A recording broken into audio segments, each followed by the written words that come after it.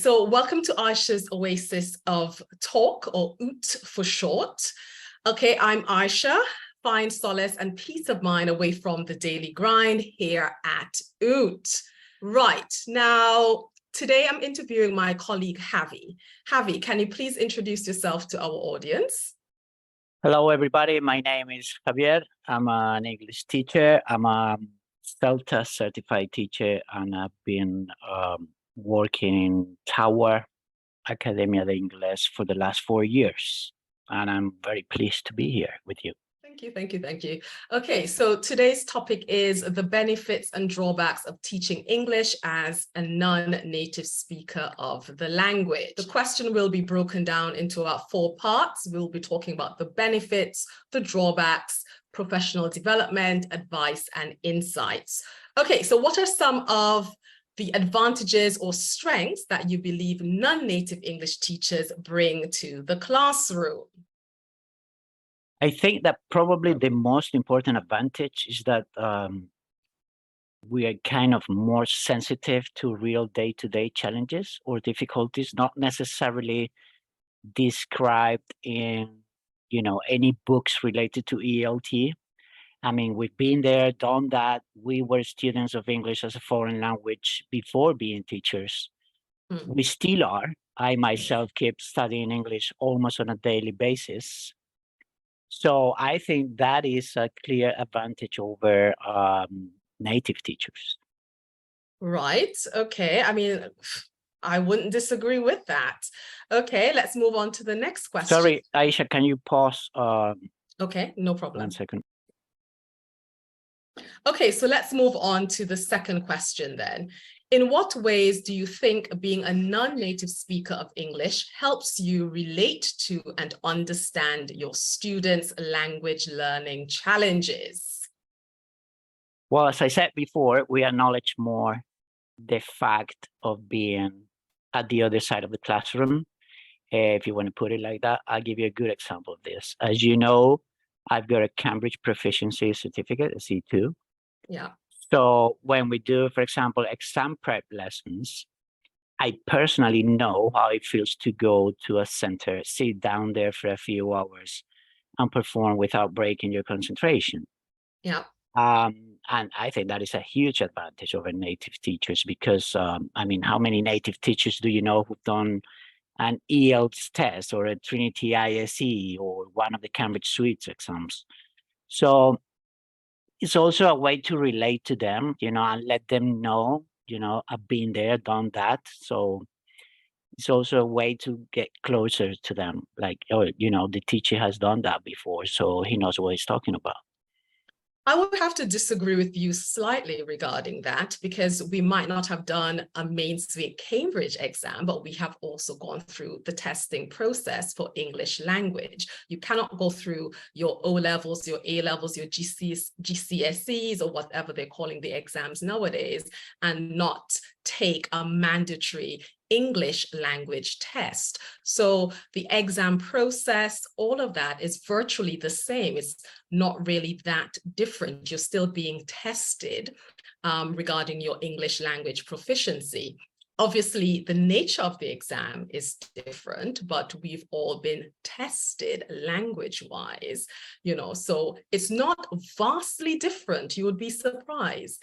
You still have to, you've got a curriculum to follow, you still have to go through the whole testing process. So in that regard, we all have some experience of what that's like, but in terms of the exact structure of the exam, you're right. You'll have better, maybe more empathy regarding what it actually takes to do a Cambridge main suite exam, for example, if that's what you're preparing your students for. But the testing process doesn't really change that much. So you're talking about within the British system, like yes, you need to do that, okay? Because you have to do an English language test the same way you would probably have to do a literature test if you choose that. That is not, the literature part isn't compulsory, but the English language part certainly is. You need your maths GCSE, you need your English language GCSE, for example. Okay, so now I understand when you see, you know, when you're looking for a job and you see the requirements from a school, and they usually ask for a university degree. In the case of native teachers, that's that, like a university degree is enough. But then non-native teachers would need to prove some way that they've got that level, like for example, a C1 or a C2 level of English. Whereas native teachers, as you said, because they've done that within the British system, they don't need that kind of qualification. Okay. Yeah, you're being tested constantly when you're going through the educational system, especially when it comes to those subjects that are compulsory, like maths and English. You've got to show your proficiency within those subjects. And even when you do your teacher training, you know, you're still being tested on your English language proficiency, irrespective of the subject you're actually specializing in. So, for example, I did my PGCE for secondary level education in religious studies, and I still had to be tested on my English language proficiency and my maths proficiency, for example. You don't escape those things because you are a native speaker. You don't. You're still being constantly tested, especially if you're going into the sphere of education. You don't, you know, that you're not exempt. And I think perhaps that's something lots of foreign schools, institutions don't know, or they care not to know when they're recruiting native teachers, because a lot of them don't even ask for, when they're recruiting native teachers, they don't even ask for you to be a teacher. They don't even ask for you to be qualified in teaching or have experience in many ways. And then they complain when they get less than stellar results from this person they've just picked up off the street. You know, I've seen that a lot. You have to make sure that the people you're employing have the qualifications and the experience to do a job well. Definitely, yes. Yes, I agree with you. Okay. Do you want us to move on to the next question? Okay. Okay, so let's do that. Right, so question C, how do you incorporate your own cultural background and language knowledge into your English teaching to enhance the learning experience? So how do you bring in your Andalusian culture, Javi? That's a very good question. Well, I'm also a linguist, so I reckon that in order to explain certain concepts, for example, if you're talking about grammar or anything like that, I think it's always good to rely on examples of different languages, differences with other languages.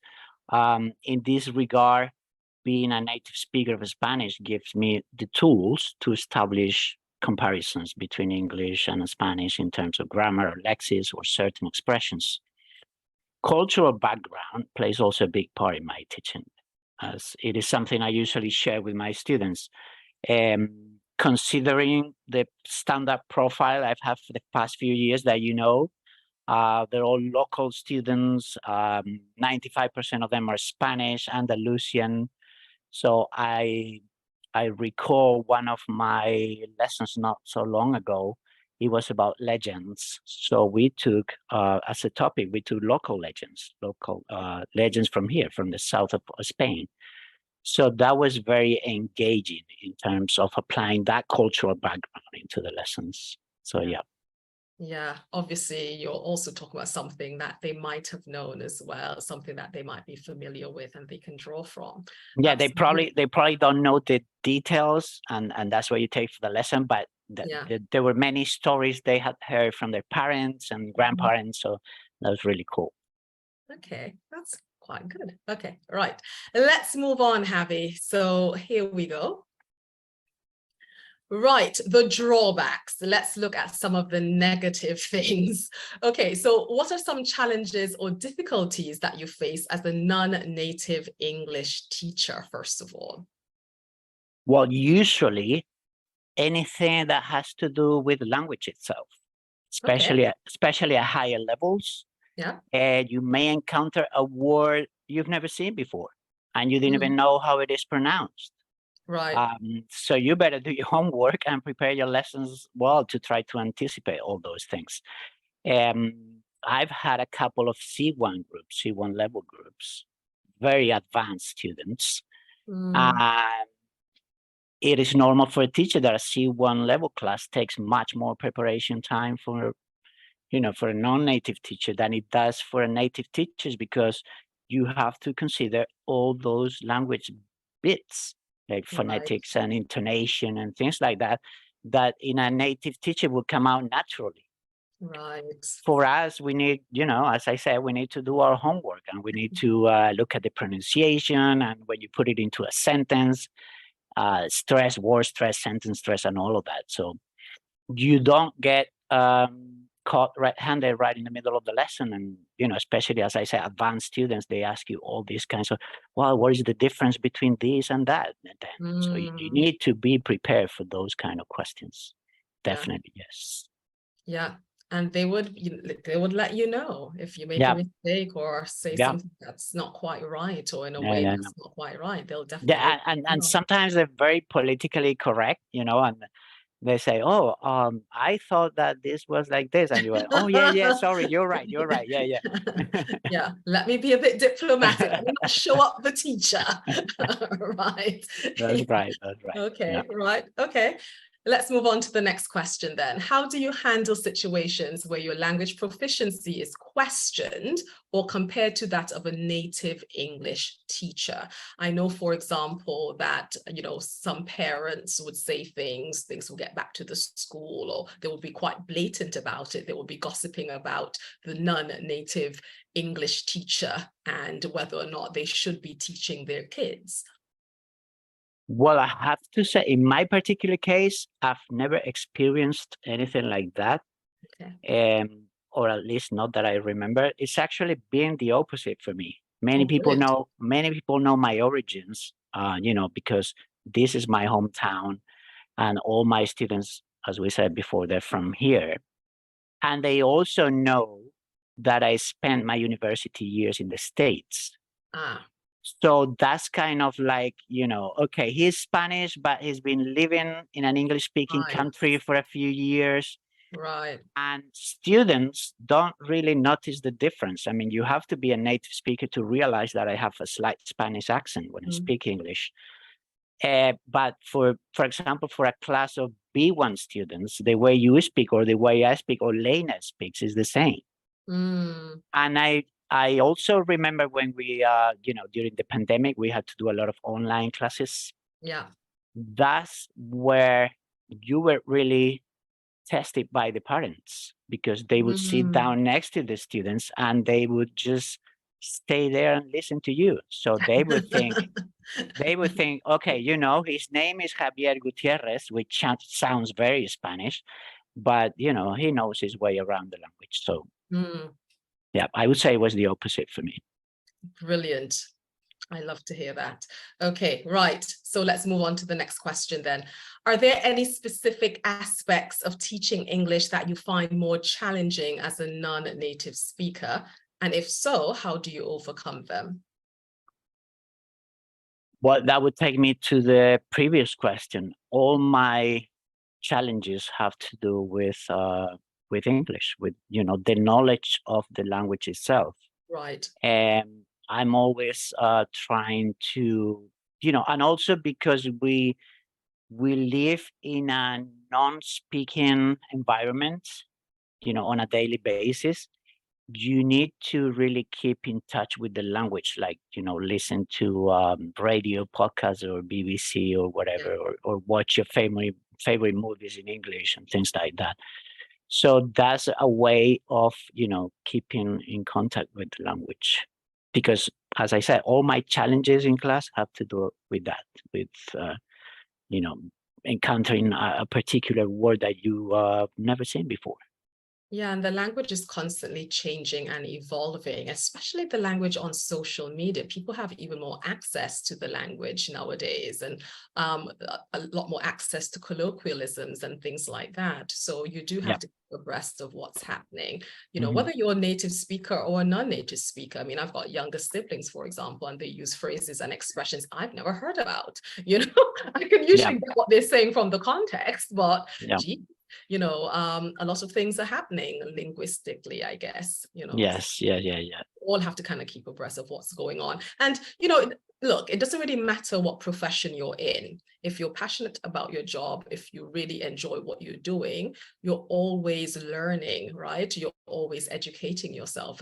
You know, you're always You developing. always look for ways of just being better at your job. Yeah, Is exactly. you know, the foundation of everything. Yeah, exactly. You always want to increase your subject knowledge. So, you know, all of us should be doing that. Okay, right.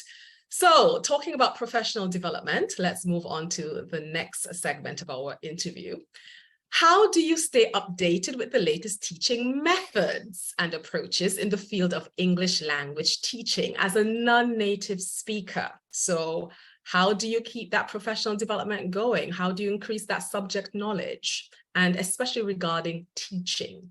Well, I always try to attend any conferences or webinars or seminars that I can. And as it's funny, you mentioned before, you mentioned social media, because that also plays an important role nowadays. Right. I remember when I was in my 20s, it was very difficult to find, for example, somebody to practice speaking with. Now you just go on the internet and, you know, there is this, speaking club for non-native speakers, or, you know, it's like a mix of native speakers with non-native speakers, teaching associations. And so the main thing is to always keep yourself informed of what's going on around the ELT world. So. Right. Do you have any kind of social media personality you're following at the moment that kind of gives you tips and advice regarding, you know, teaching methods? Well, I'll have to go with the classics for that. I'm a very Scott Thornbury guy, very big Scott Thornbury guy, Jeremy Harmer, all these people. Right. So I think I've read every book they've written. Right. But I also like to research on the new things. Yeah. And that's also because I've just finished my English studies degree last year. So when you do these kind of courses, they try to keep updated in these kind of things. Yeah. So as I said, you know, any conferences, and because it's so easy now, you just get a pair of headphones and connect to the webinar or whatever, and you know, that's it. It's right there in your house. That's right. Quite convenient, isn't it, really? Okay, then let's move on. What resources or support systems do you find helpful in improving your English language proficiency and teaching skills? So previously you had mentioned the classics, you know, the icons of English language teaching, especially teaching English as a foreign language. Now, they're all native English speakers as well. Do you use any Spanish ones, Spanish speaking ones? Apart from my university teachers, that most of them are Spanish, not really. I mean, I always go for I think it's because I'm very keen on Cambridge things. Right. You know, all these webinars and all of that. And I have to say, talking about resources, the last school I've been working for, that you know very well, I've been there for 4 years, Yeah. was really into promoting the teachers' professional development. You know, we did some peer observation, we did courses, we did webinars. We had a huge library there available for us. You could take any book related to ELT. That's right. So I think that's also very important, that the school you work for or the institution you work for really promotes that kind of CPD, you know? Absolutely. Absolutely. Okay, the next question, you know, ties into what we were saying. So have you attended any training or professional development programs specifically tailored for non-native English teachers?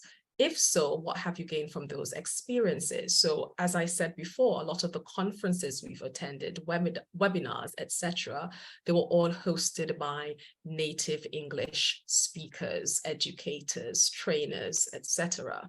But have you ever attended, you know, any training or professional development programs that were hosted by Spanish speakers like yourself? No, not really. I've attended many conferences that were being held by Spanish teachers, but not really related to teaching English as a foreign language, but it was more of the linguistic side of it. Yeah. Like I said, my university teachers, they know all the in and outs of linguistic things, semantics, syntax, you name it. Yeah.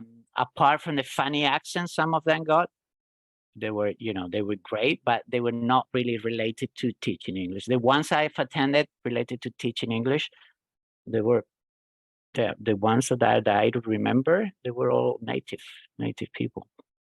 I mean, they were done for native and non-native teachers, as you know, the same thing that when we go to a conference. Yeah. But I've never seen, like, for example, a Spanish teacher give any ELT conference, to tell you the truth, which is funny if you think about it. That's something that needs to happen? Definitely, yes.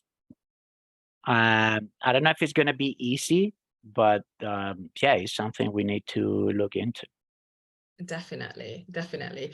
That's something that you can maybe do, Javi. What do you reckon? I've thought about it.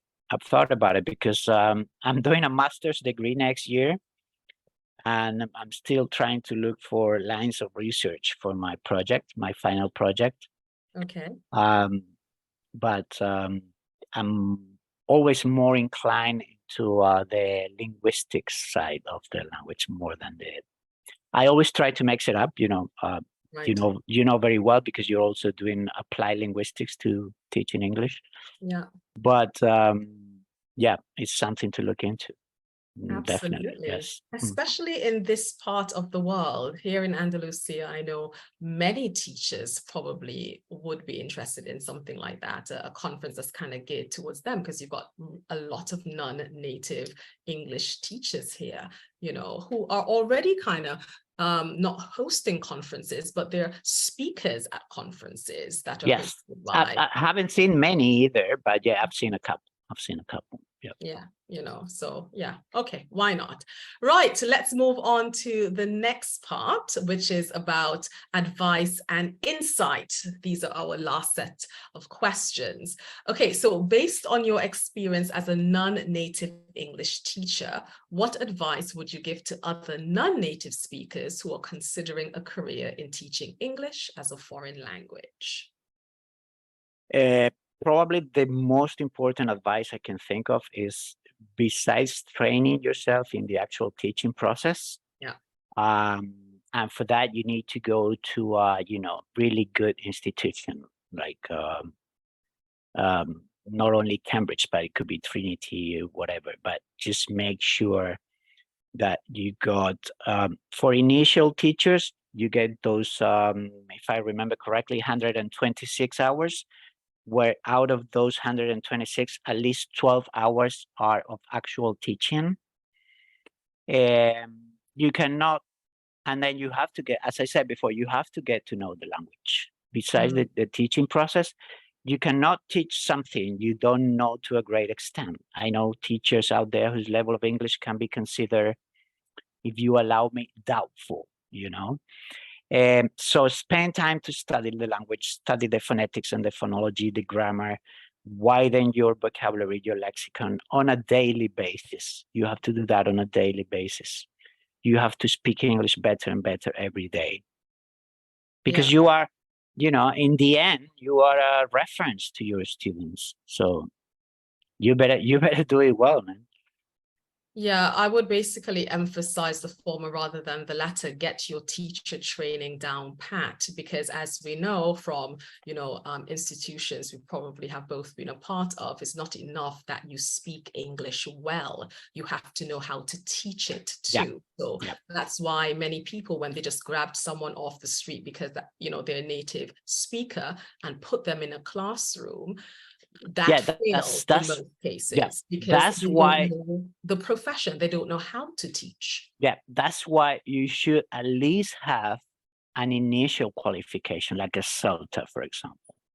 It's for some people, it's a very short course. It's very intensive, I have to say, but it's good enough to just drop you into a class and, you know, you can defend yourself, if you know what I mean. Because everything else, if you like, you talk about passion before. If you really like it, everything else is going to come with experience and with years and years of teaching. You know what's going to work, what's not going to work, if you put passion into it. But you need to have at least that initial training that a course like a CELTA gives you. That's absolutely crucial. I mean, it is true that you learn on the job, but you also need to constantly, well, you need to continue learning as well. So, I mean, don't think that now you've got this qualification, that's it. Now you've got 5 years under your belt of teaching, that's it. You know, as we said, you've got to continue going to conferences, watching webinars, studying, doing all of these things so that you stay abreast.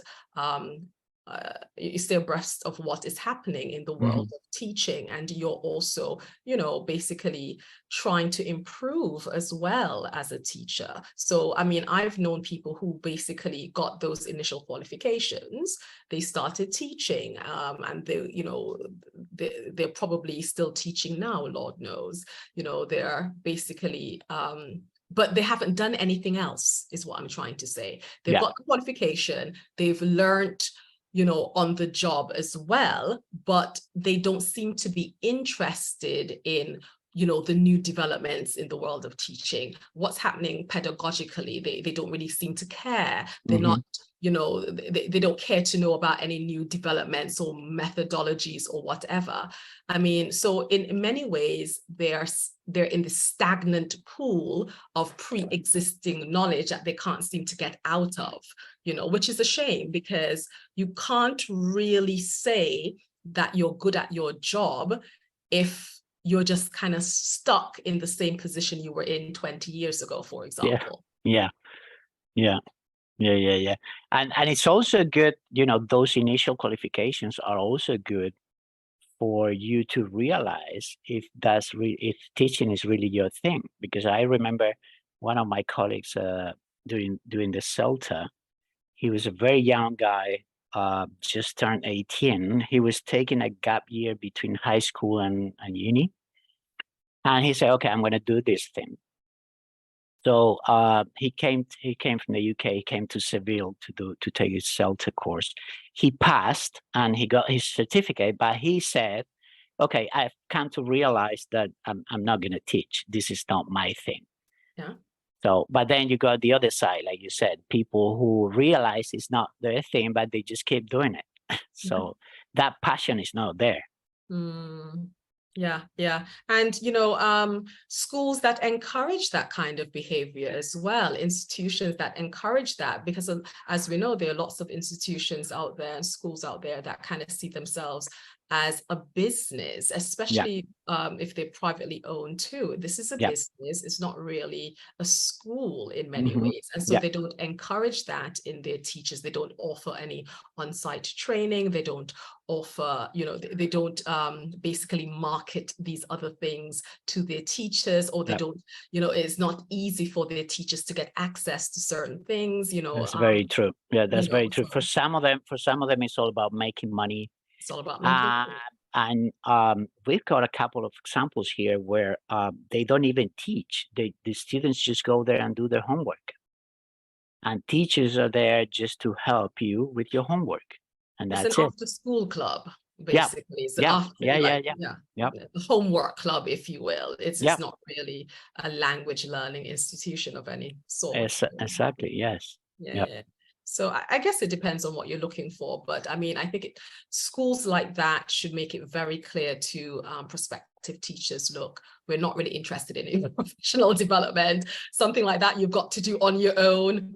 We're not that type of institution, because a lot of, you know, new teachers, novice teachers go into these places thinking that, you know, there will be on-site training, or, you know, these people are interested in me as a teacher and want to see me develop and grow.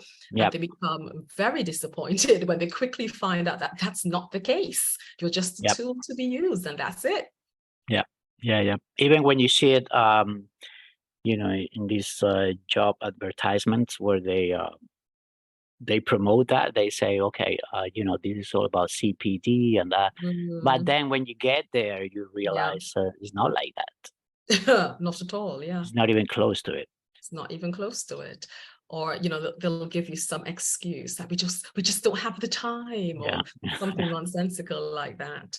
Okay, then, Javi, let's move on to the next question then. Okay, so here we go. I think it's B, right? Yep. What strategies or techniques have you found effective in overcoming language barriers and effectively communicating with your students and, of course, colleagues who might be native English speakers? I don't know if I'm going to be repeating myself a lot, but just practice. The same tips, same tips and advice you give your students, you have to apply them to yourself, you know.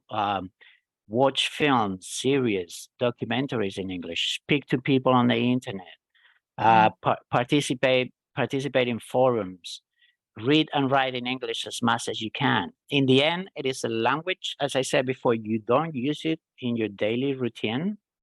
Like, you know, if you live in Spain, when you go out to the supermarket to buy a loaf of bread, you do it in Spanish. So you better double the effort, you know. It's just, that's what gives you the confidence. Okay. And how about like working with people who are native English speakers? It's funny because sometimes you feel like you're not part of the group. Like, for example, when you have 3 or 4 teachers that are from the UK, especially when they're from you know, very close areas. Like, I guess it's not the same when you have a teacher who's from Ireland, another one is from Scotland, and you know, it's not. But then when you go like one is from London, the other one is from Manchester, the other one is from Liverpool, something like that. And they start talking about, you know, holidays and things like that, and you know, the customs there. That's when you really don't feel part of the team. And going back to the language, sometimes you guys use expressions that we've never heard before. Like you know, all these idioms and things like that. So that's when you feel a little bit funny. But when you have colleagues that know that and acknowledge that, and they make it easier for you, I mean, then it's a piece of cake. So what can they do to make you feel like a part of the team? I guess, you know, just acknowledge the fact that you don't have the same background, I guess. And that's okay. Yeah, and I'm not saying, you know, you guys cannot talk about home or anything like that, but just, you know, at the moment the presence of a non-native teacher is there, then the conversation has to change a little bit, you know. So you make that person really welcome into the conversation. Yeah. I see what you mean. Nobody wants to feel as if, you know, they're the unpopular kid. Yeah, and that's the thing that really marks the difference. Like, it doesn't matter how much you study English or even the culture of the UK or anything like that.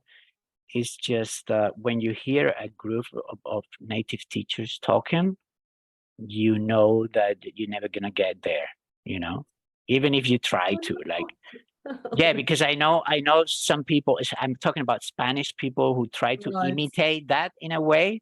And then you go, come on, you are from Seville, you know, you never, what are you talking about? Because you've been living in Brighton for 2 years, you know. But yeah, it's funny. It's also funny.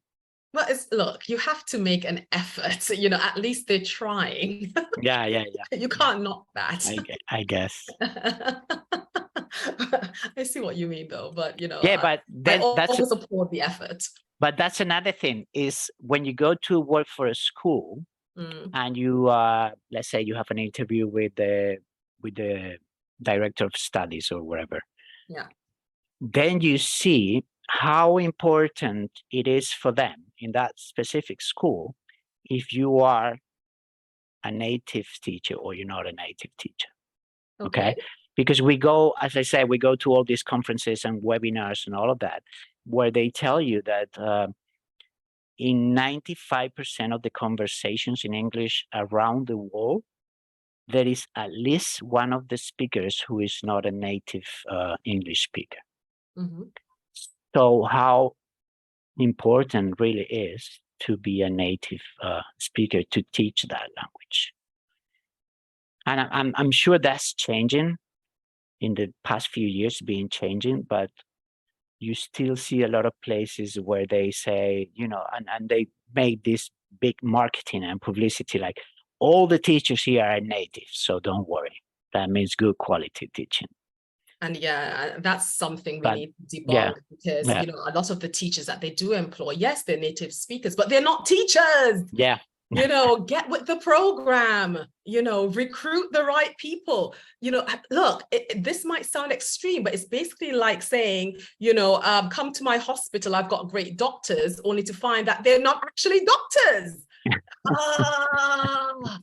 It's so irritating. Yeah, it is. Yeah, oh gosh. Anyway, right. Let's move on to the next question, Abby. Okay, so here we go. In your opinion, what can schools or institutions do to better support non-native English teachers in their professional growth and development? Well, we've mentioned this all throughout the interview, but CPD is key. And also schools and institutions have to have programs to help teachers identify what their strengths and weaknesses are, right? And then take them and exploit those strengths and work on your weaknesses. Yeah. Encourage your teachers to attend seminars, meetings, conferences, and anything that will help them to acknowledge the tools they need to become better teachers day by day. And might I just interrupt here, Javi? Yeah. It also helps if you pay for these things. Yeah. So for example, the institution, the academy we worked for, they forked out the cash to send us to these conferences and seminars and whatnot. I was in a school previously and they were basically, look, you've got to get to these places under your own steam. You've got to get to these places however you can. We're not helping you in any way, shape or form. And so, a lot of teachers don't work for an awful lot of money. So, yep. You're thinking about your living costs and whatnot, and you're going, oh my God, do I have the extra money to go to that other city for a teaching conference? And this was before the days of virtual conferences and whatnot, when you had to travel to places, maybe have to stay overnight, all of that, right? Yeah, especially when it's one of these international things that even if it's even if it's in your own country, you still have to go to Madrid or Barcelona or whatever. Exactly. So it's nice when you know that your school is actually paying for that or is subsidizing that in some way, maybe giving you at least half of the money to help you to get to these places. It's nice when, you're supported in that way too. Yeah. And not only that, but as a good school or as a good institution, you have to try, apart from sending your teachers to meetings and all of that, you have to have your own meetings. On-site training. And you need to be able to bring people from other places to talk to your teachers and also establish good channels of communication, like what do you need? Is everything okay? How is it going? Probably having a director of studies who is a close person, who is caring and who is there to help you improve as a professional, which in the end is going to help the school provide a better quality service. And as you said before, as a business is going to grow because that's what people want. People want,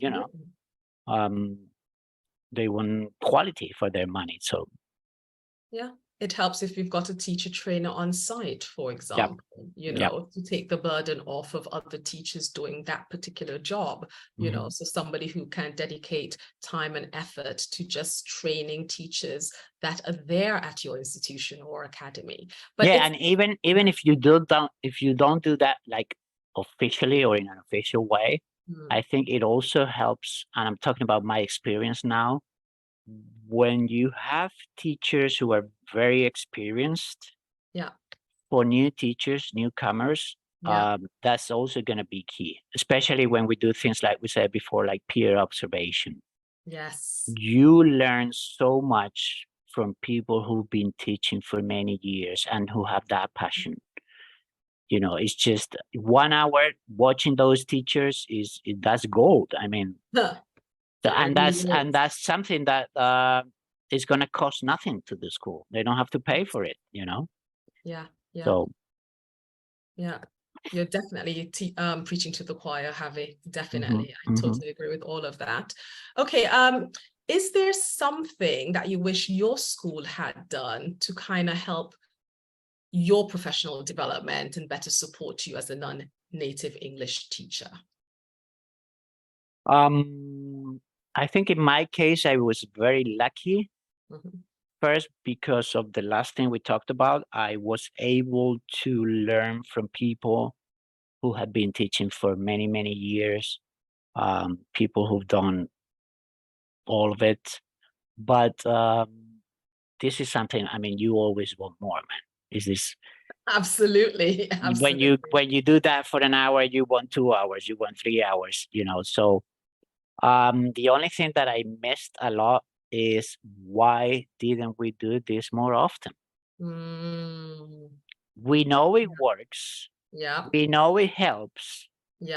So why don't we do it more? I mean, it doesn't cost any money. It doesn't really cost any